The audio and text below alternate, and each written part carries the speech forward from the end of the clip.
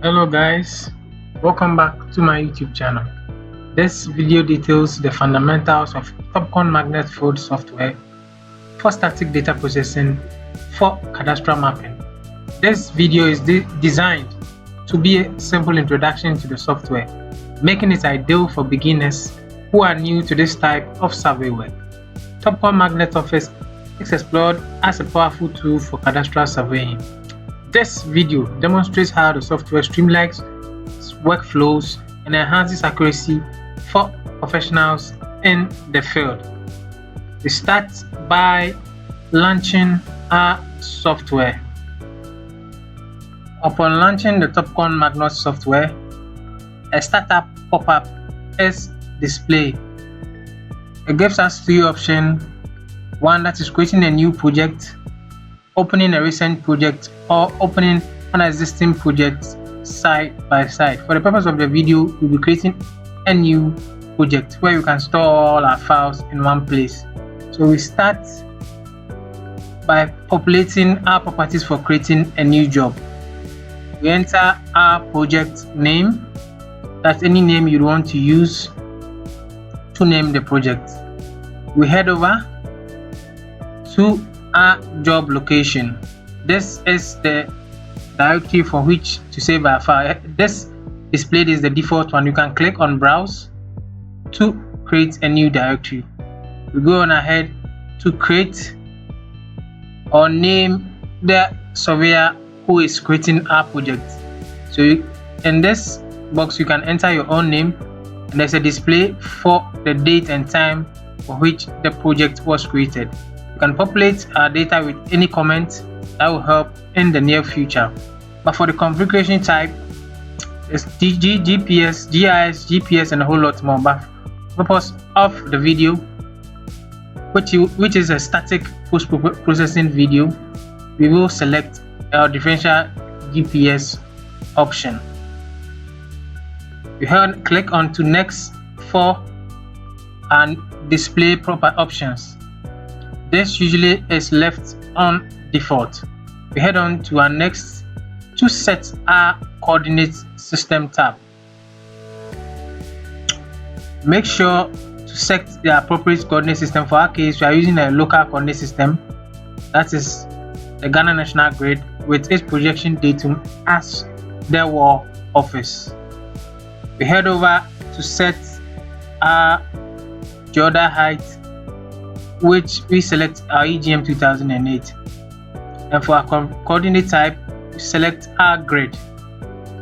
The time is left on the default, and then we set our linear unit to fit because we are running on an imperial system. Finally, click on create to set up your project. I'm giving you a brief description of three major tabs in the Topcon Magnet tools. Now for the job tab, we have our new job, create job. Here we can import or export data into your software interface and a whole lot more.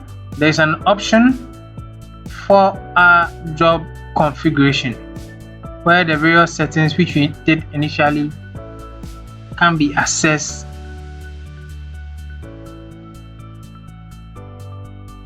So here we have our display, our coordinate system unit, which in our case has been set up prior to our data process. We head over to the process tab. Here, after importing and adjusting your data, you come to this tab to process the data to be able to apply your various corrections, and you head over finally to our reports tab. Here we configure our various tabs, that's the GPS observation, the point data, and a whole lot more. So we start our processing by importing our data.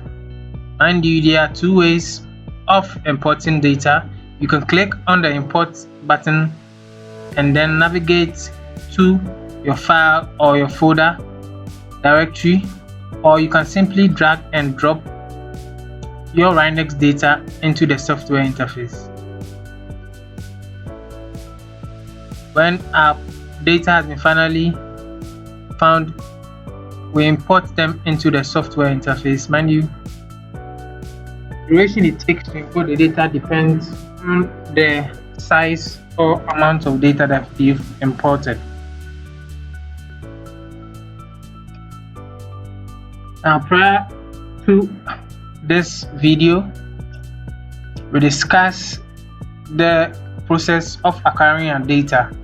Here we have our base data and our closure data, which will be used to check the misclose of our survey. And then finally, the display of the data that was captured on the field.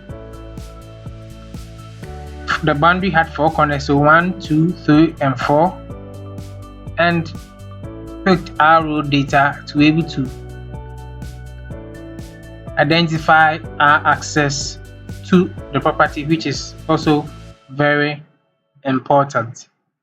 So we head over to the points tab for our data correction. Now in the points tab, we navigate to look for our base station point. From the display, our base station point is the SGGA EXTD192, which is displayed on the screen. It is important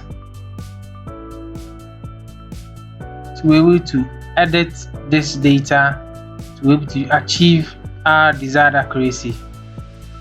Because it's a cadastral survey, it's imperative we adjust our northing, eastings, and then we set our control to both. You can see here the display has changed from a single point to a control data point, indicating it's this point that we're going to be using to process our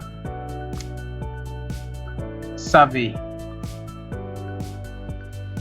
Now, to be able to adjust or process these coordinates, we need our EX data, which is provided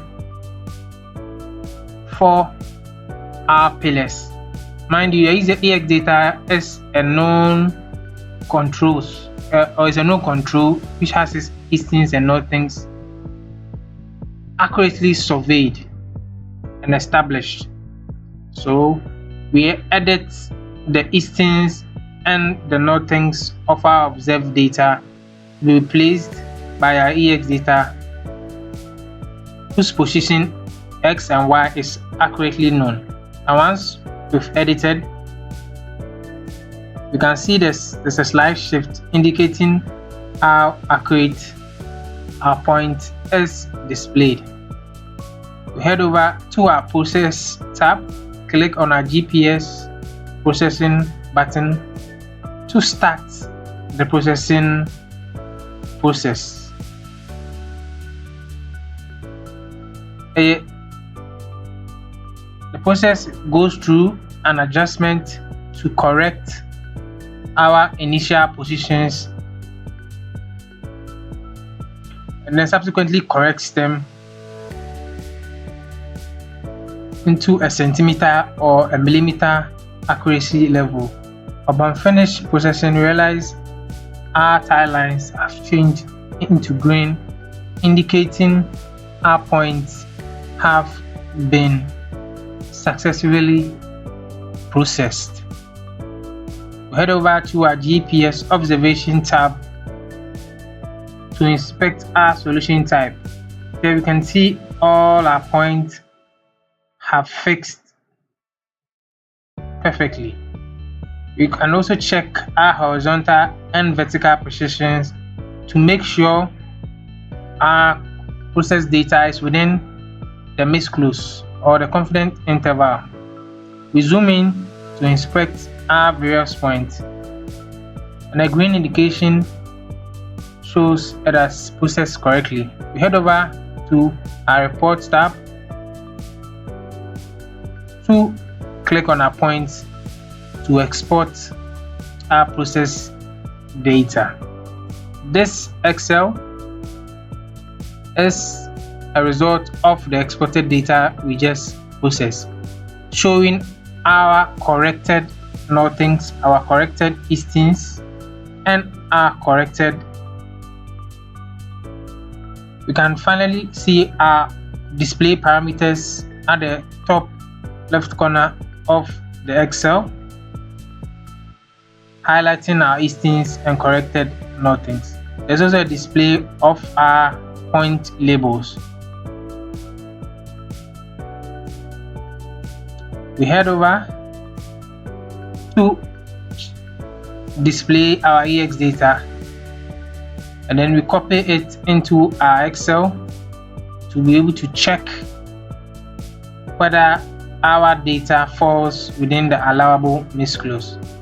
So to do this, we copy our data into our Excel, and then we cross-check our EX data, which has been picked accurately, against our process data. So what we do is we subtract the already observed EX data with our process data, and then we realize the difference is 0.1 of a feet, which is within our allowable misclose. We do likewise for our northings.